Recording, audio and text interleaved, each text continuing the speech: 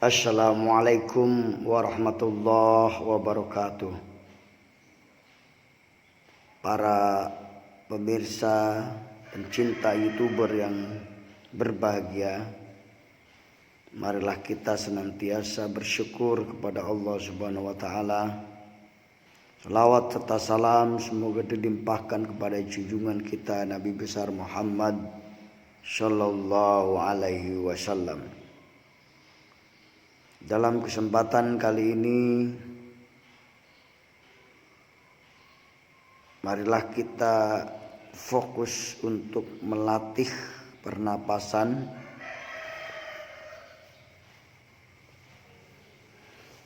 di mana dengan melatih pernapasan ini diharapkan di dalam membaca Al-Quran betul-betul bisa menuntaskan ayat yang dibacanya dengan baik. Ada beberapa aturan di dalam latihan pernapasan. Yang pertama, posisi tubuh secara tegak. Lalu coba tarik napas dalam-dalam.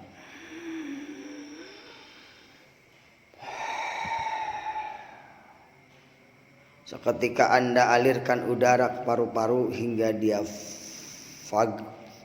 diafragma terasa mengeras.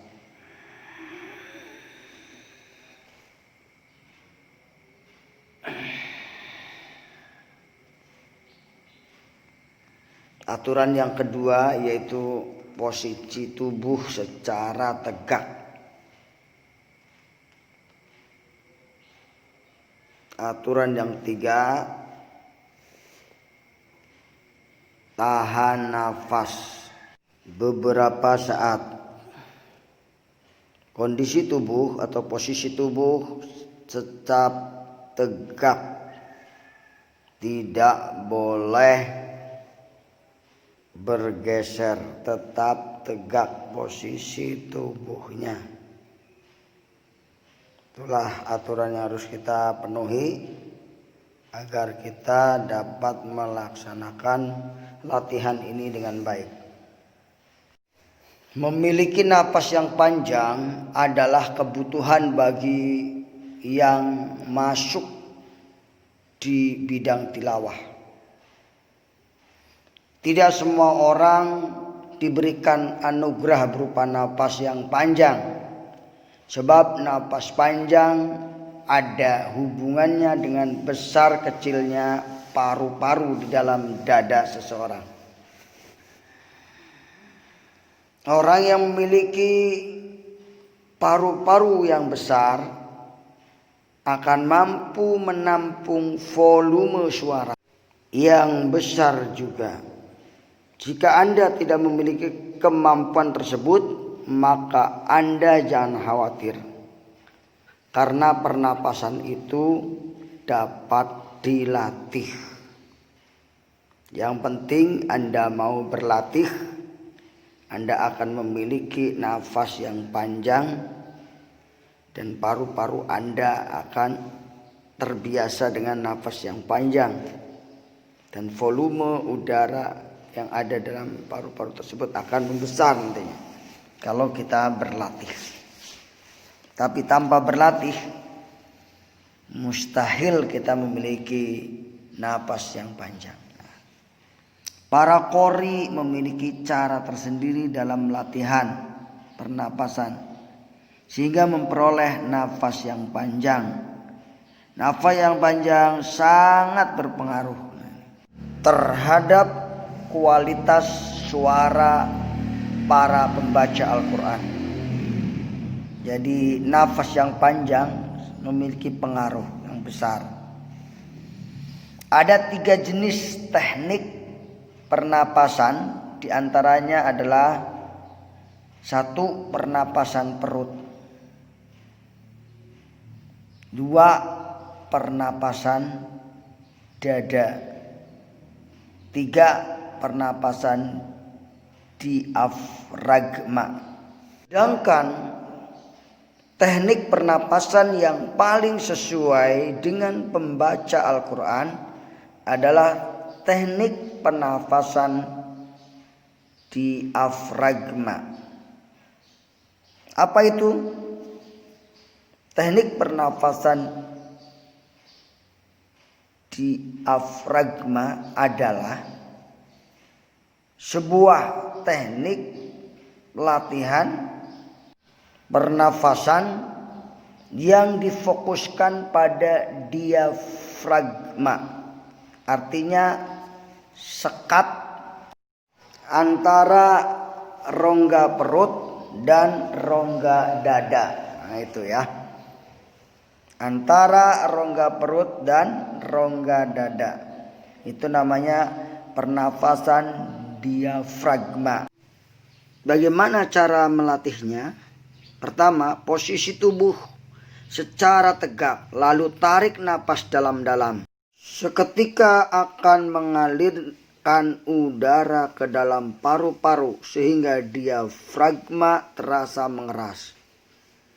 Tahan selama beberapa saat, kemudian hembuskan dengan perlahan-lahan. Anda ulangi lagi proses tersebut hingga 8 kali pengulangan. 2. Posisikan tubuh secara tegak, kemudian tarik napas dalam-dalam. Langsung saja Anda alirkan udara ke dalam paru-paru hingga terjadi kontraksi pada diafragma. Yang ketiga, tahan selama beberapa saat. Kemudian hembuskan nafas sambil berdesis. Dan ulangi latihan pernafasan diafragma ini yang kedua hingga 8 kali pengulangan. 4. Posisikan tubuh secara tegak. Kemudian tarik napas dalam-dalam. Alirkan udara ke dalam paru-paru hingga sekat diafragma mengeras. Tahan selama beberapa saat. Kemudian hembuskan. Sambil menyebutkan huruf vokal A, I, U, E, O secara bersambung. Ulangi sampai 8 kali. Selain itu, Anda bisa melakukan olahraga untuk melatih nafas Anda seperti lari, berenang, senam, yoga, bela diri, dan sebagainya. Lakukan secara rutin, paling tidak 3 kali dalam seminggu selama 15 menit. Coba bayangin, kalau Anda melakukan secara rutin, Anda akan mendapatkan nafas yang panjang. Setelah melakukan olahraga, Anda perlu melakukan latihan pernapasan lagi dengan cara menarik napas dalam-dalam. Tahan, kemudian hembuskan dengan pelan-pelan. Lakukan berulang-ulang setelah berolahraga. Anda juga bisa melakukan latihan pernapasan dengan meniup lilin berulang-ulang. Tetapi jangan sampai apinya mati. Jadi Anda bisa latihan dengan meniup lilin berulang-ulang, tapi jangan sampai apinya mati.